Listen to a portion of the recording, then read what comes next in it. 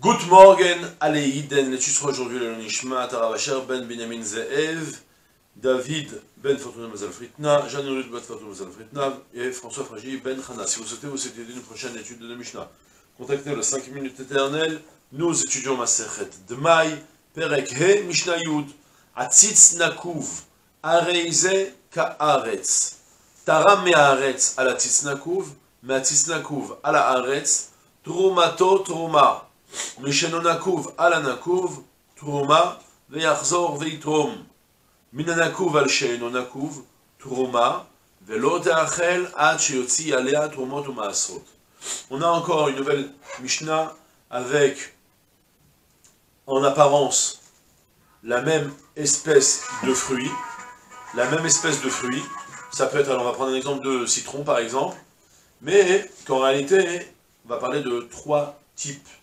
Trois origines différentes qui vont être Atzitz Nakuv, Aretz, Atzitz Nakuv, et Atzitz She'eino Nakuv. Aretz, c'est ce qui pousse au sol. Atzitz Nakuv, c'est un pot de fleurs, en pot, mais qui est perforé. Et Atzitz She'eino Nakuv, un pot qui n'est pas perforé.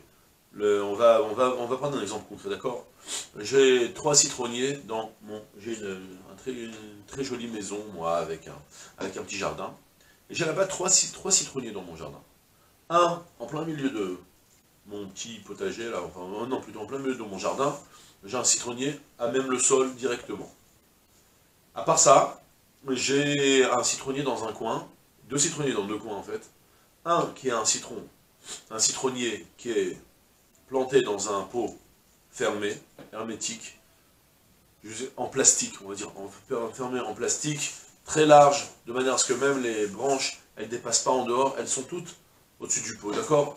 Imaginez un pot comme ça. Et un autre pot qui est dans un autre coin, qui est perforé cette fois-ci. Ou bien même un pot aussi qui est en préresse, qui est en, comment dire, en argile, que facilement les racines, quand elles vont arriver en bas, elles vont perforer le pot pour sortir et puiser du sol. Le principe, il est très simple. Les fruits qui poussent en Eretz Israël, de la terre qui puise de la terre d'Israël, ils sont imposés de Trumato Masrot. Mais les fruits qui poussent dans un pot hermétique, sans puiser aucune force de l'extérieur, eh bien, ils ne sont pas imposés de Trumato Masrot parce que ce n'est pas des fruits d'Eretz Israël, c'est des fruits d'un pot de fleurs.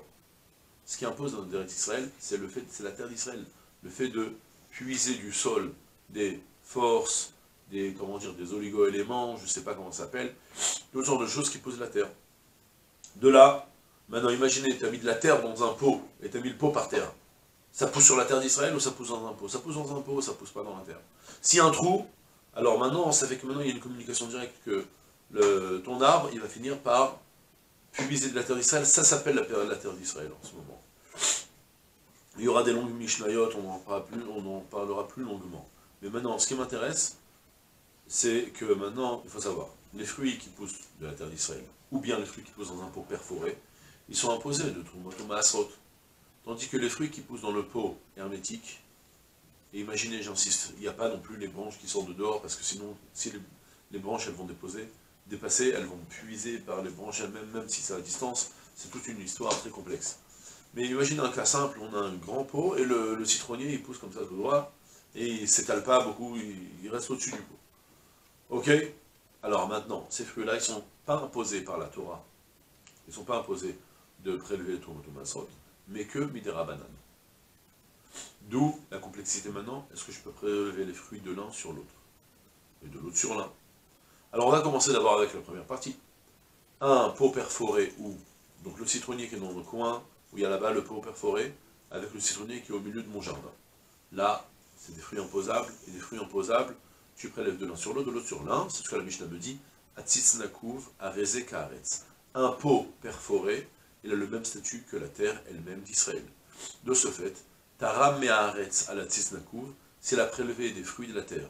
Sur les fruits qui poussent dans un Atzitz Nakuv, dans un pot perforé, ou bien Me'atzitz Nakuv à la Haaretz, ou bien d'un pot perforé il a prélevé pour les fruits de la terre, Trumato Truma.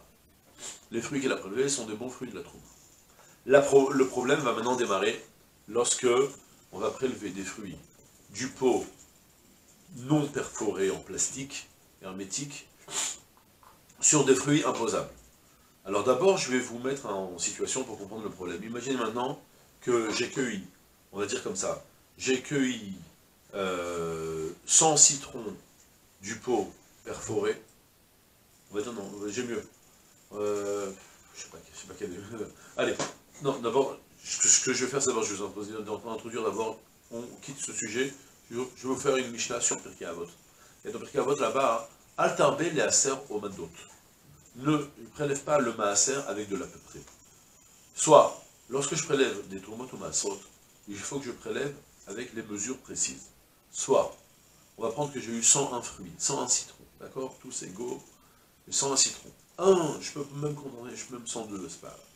Je peux, 2 citrons, c'est la tomate gdola, je donne au Kohen. Maintenant, pour les 100 fruits qui restent, regardez le problème qu'on va se retrouver dans notre Mishnah. Lorsqu'il va me rester 100 fruits, je dois prélever maintenant un dixième pour le donner au Lévi. Donc je dois prélever 10 fruits. Je décide d'être généreux pour le Lévi et de lui donner 14 fruits. Pas 10. Pourquoi que 10? Je lui donne 14. Je lui fais que donne 14 citrons. Je suis gentil. Je suis gentil, je lui fais une catastrophe. Parce que dans les 10 fruits, dans les 100 fruits que j'avais, il fallait que je prélève juste 10 pour le tomate, pour le maaser. Et après, il faut ensuite prélever du maaser chéni au maaser ani. Et lui doit prélever de ça pour nous. Mais en tout cas, ce qui se passe, c'est que quand j'ai prélevé 14 fruits. Il s'avère que dans les 14 fruits, il y a 10 fruits prélevés et 4 fruits pas prélevés. Et par-dessus le marché, on ne sait même pas à qui et quoi, quel fruit il est prélevé, quel fruit n'est pas prélevé. Vous avez compris le problème là? Je lui donnais 14 fruits pour le maaser. Or, le maaser, ça implique 10, parce que j'avais que 100 fruits à prélever. Ça implique 10. Tu lui as donné 14. Dans les 14, il y en a 10 qui sont prélevés, 4 qui ne sont pas prélevés, tu ne sais même pas c'est lesquels. Les 4, tu dois te débrouiller maintenant pour les prélever. Vas-y, va t'amuser. La solution pour prélever les fruits, c'est que tu vas chercher encore un cinquième citron. Et maintenant, il s'avère que tu as 5 citrons. Et parmi les 5 citrons, donc ça va te faire que maintenant tu as 10 demi-citrons. Et tu prélèves un demi-citron, ça te sera le dixième pour les autres. C'est l'unique solution, c'est d'amener des fruits de l'extérieur pour résoudre le problème de la galère d'avoir prélevé plus de fruits que ce qu'il fallait. Retenez maintenant le principe, il ne faut jamais prélever plus de fruits que ce qu'il faut. Il faut prélever exactement ce qu'il faut. Al tarbe les aser omadot, c'est écrit dans Pirkei Avot. Ne t'amuse pas à prélever avec de l'à peu près. Parce qu'avec de l'à peu près, tu vas faire des catastrophes. D'accord? Des catastrophes parfois même irréparables. Parce que vous avez compris que je ne peux plus prélever à l'intérieur de ses propres fruits parce que tu ne sais pas quel est le fruit exact. Ce soir, on aura longuement des Mishnayot qui parleront de tout ça plus tard. Plus on va se retrouver, si je ne me trompe pas, dans Tombot, on va parler de ça longuement. Ou plutôt de Maasrot, plutôt. Et il y aura des Mishnayot, on expliquera plus. Vous avez compris pour le moment l'idée? Alors maintenant, je reviens sur notre Mishnah. J'ai maintenant, on va prendre un exemple, j'ai cueilli 50 citrons du citronnier qui pousse en fruits hermétiques, imperméables, et 50 citrons de l'autre. J'ai au total devant moi 100 citrons. Rajoutons encore un citron, 2 citrons pour la tombe Magdola, comme ça on a résolu le problème, on ne se casse pas la tête avec la tombe Magdola, elle n'est pas problématique en général. Et maintenant, j'ai 100 fruits devant moi. Alors en théorie, attention, tu as 50 fruits imposés Midera banane, et donc tu devras prélever 5 fruits de là, et tu as 50 fruits qui sont imposés par la Torah, 5 fruits de là pour le maaser.